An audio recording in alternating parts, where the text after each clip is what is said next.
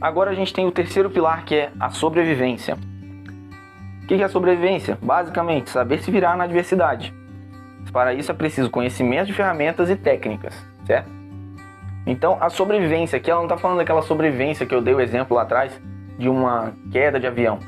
Até pode ser, mas ela é só um pequeno exemplo.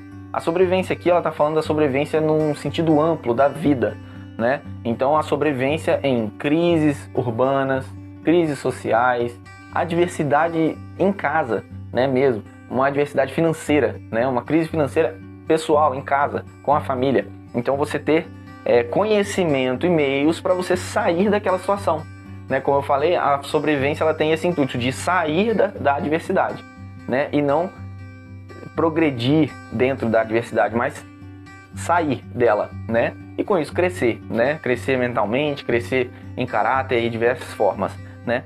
Então, temos aqui um exemplo de sobrevivente, aí de uma maneira geral mesmo, na vida, José. José do Egito, o famoso José do Egito, teve aí novela da Record, né? Para quem conheceu ele apenas dessa forma, né? E não à luz diretamente da palavra de Deus.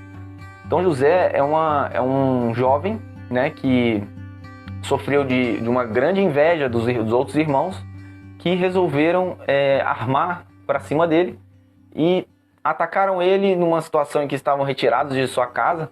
Ele era pastor de ovelhas, então atacaram ele, jogaram ele num fosso. Ele teve que sobreviver ali naquele fosso todo machucado.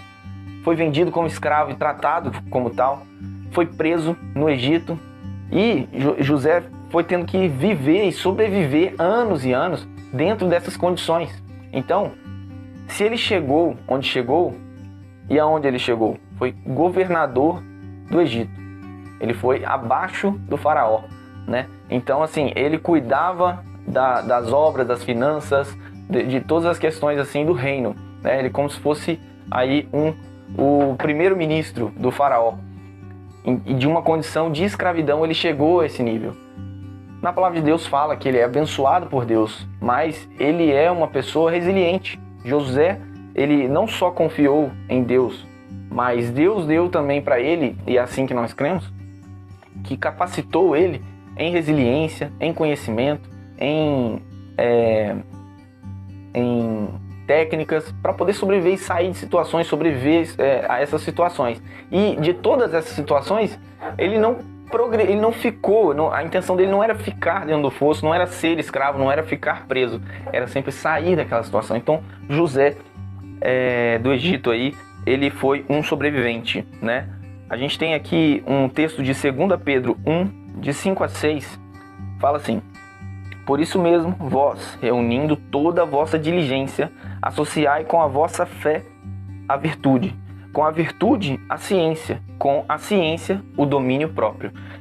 Esse versículo aqui é um versículo chave. Eu diria que ele em si é um pilar ele seria o próprio versículo, um sexto pilar do sobrevivencialismo, porque no sobrevivencialismo, dentro do código de conduta de um sobrevivencialista, ele deve ter, né, diligência, né, buscar a sua fé, seja ela a fé em Deus, a fé na religião que ele crê, ou até mesmo a fé no ateísmo, porque eu acredito que isso é uma forma de fé.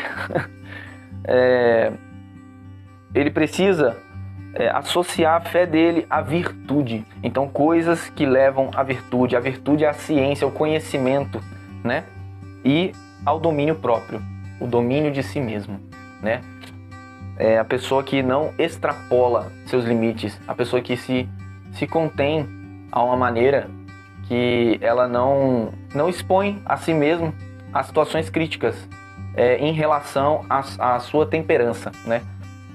Então, assim, esse é um versículo que fala sobre sobrevivência, né? Por quê? Porque a sobrevivência, como eu falei aqui, ela associa, né, o conhecimento de técnicas e ferramentas. Então, aqui o cristianismo nos traz a diligência associada à fé à virtude à ciência e ao conhecimento.